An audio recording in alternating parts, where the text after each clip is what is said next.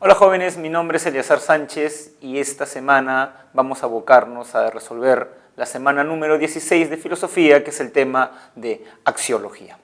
Muy bien jóvenes, la disciplina que hemos seguido nosotros, o digamos el orden que hemos seguido de las disciplinas filosóficas es el siguiente. Lo primero que quiero yo que entiendan es cuál es el objeto de estudio de la disciplina filosófica. Y luego pasar a ver el problema que se discute en la disciplina filosófica. Por ejemplo, en nociología, ¿cuál es el objeto de estudio? El conocimiento. ¿Cuáles son los problemas fundamentales que se discuten? 4. Origen del conocimiento, posibilidad del conocimiento, esencia del conocimiento y el problema de la verdad. Lo mismo hicimos en epistemología. Estudiamos cuál es el objeto de estudio, la ciencia. Y luego, ¿qué vimos? Los problemas que se discuten en la epistemología. Por ejemplo, cuáles son las funciones de la ciencia, cuáles son los pasos del método científico. Esa misma metodología la vamos a aplicar ahora a la semana número 16, a la axiología.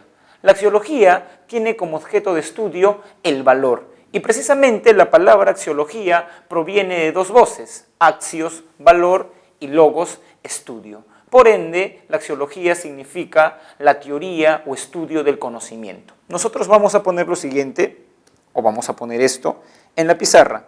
Disciplina filosófica que reflexiona sobre el valor. Una vez que ustedes han entendido cuál es el objeto de estudio de la axiología, ahora me interesa que comprendan cuál es el problema fundamental que se discute en axiología. Pero para esto ustedes deben primero tener en cuenta y aprender los elementos de la axiología. ¿Recuerdan los elementos del conocimiento? Sujeto, objeto e idea. En la axiología tenemos algo similar. Tenemos primero, como puesto en la pizarra, un sujeto, que es el que valora. Luego está el objeto y luego está el valor, que es la característica que hace estimable un objeto.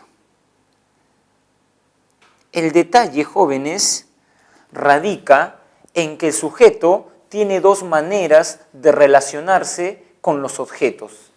Puede tener una experiencia contemplativa y una experiencia valorativa. ¿En qué se distinguen ambas, profesor?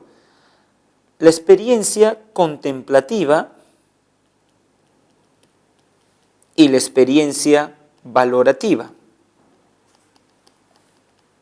Profesor, ¿cómo puedo distinguir ambas experiencias?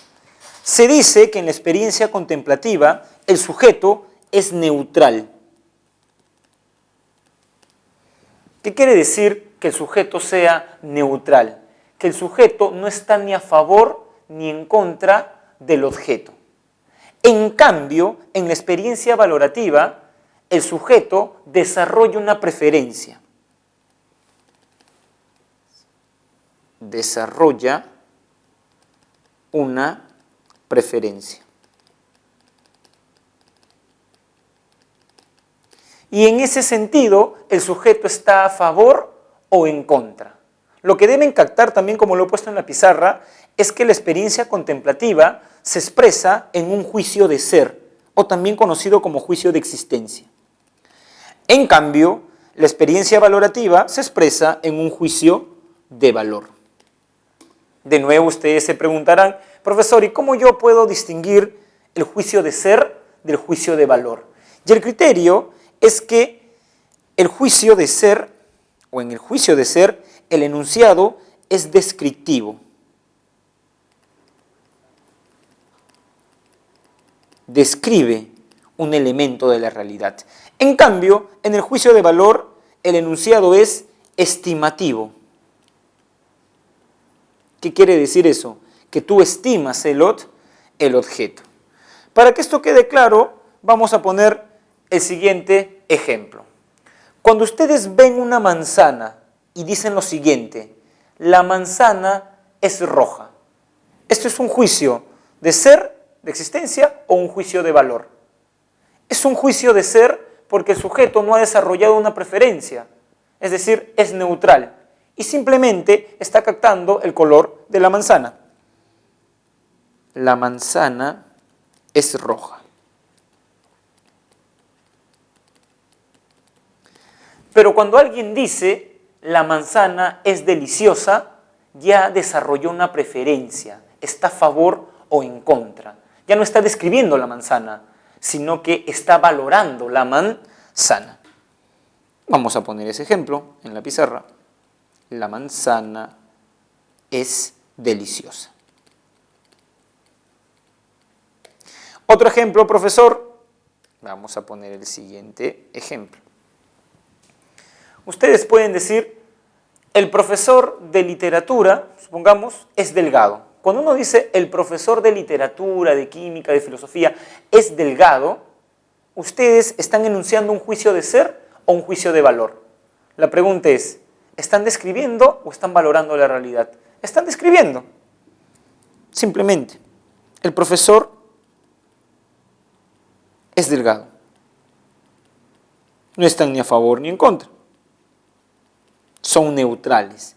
En cambio, cuando ustedes dicen, el profesor imparte buenas clases, el profesor de literatura imparte buenas clases, ¿ese es un juicio de ser o de valor? Un juicio de valor, porque ya desarrollaron una preferencia, están a favor de sus clases, les gusta sus clases, ¿no? El profesor imparte buenas clases. Entonces, para resumir este primer punto, recuerden que en el juicio de ser yo no desarrollo una preferencia, yo soy neutral, describo la realidad. La pizarra es de color verde, juicio de ser. En el juicio de valor yo ya desarrollo una preferencia, me pongo a favor o en contra, estimo la realidad. Cuando digo, por ejemplo, la pizarra es útil, eso ya es un juicio de valor. Ahora, jóvenes, ustedes están en las condiciones de entender cuál es el problema fundamental de la axiología. Si se habrán dado cuenta, no todos valoramos la realidad de la misma manera, ¿no? Por ejemplo, una persona puede decir lo siguiente: el día miércoles, Ollantumala y Nadine Heredia fueron trasladados a prisión. ¿Eso es un juicio de ser o un juicio de valor? Un juicio de ser, estás describiendo la realidad. Cuando tú dices, está muy bien que hayan trasladado a prisión al expresidente y a la ex primera dama, eso ya es un juicio de valor. Pero si se dan cuenta, en los juicios de valor hay un problema, porque no todos valoramos la realidad de la misma manera. Por ejemplo, hay personas que les parece que estuvo bien que trasladen al expresidente a prisión, y hay personas que piensan que está mal. Entonces, ahí está el problema de la axiología. No todos valoramos la realidad de la misma intensidad. Y eso lo vamos a ver en la segunda parte de esta sesión, en el problema de la fundamentación de los valores.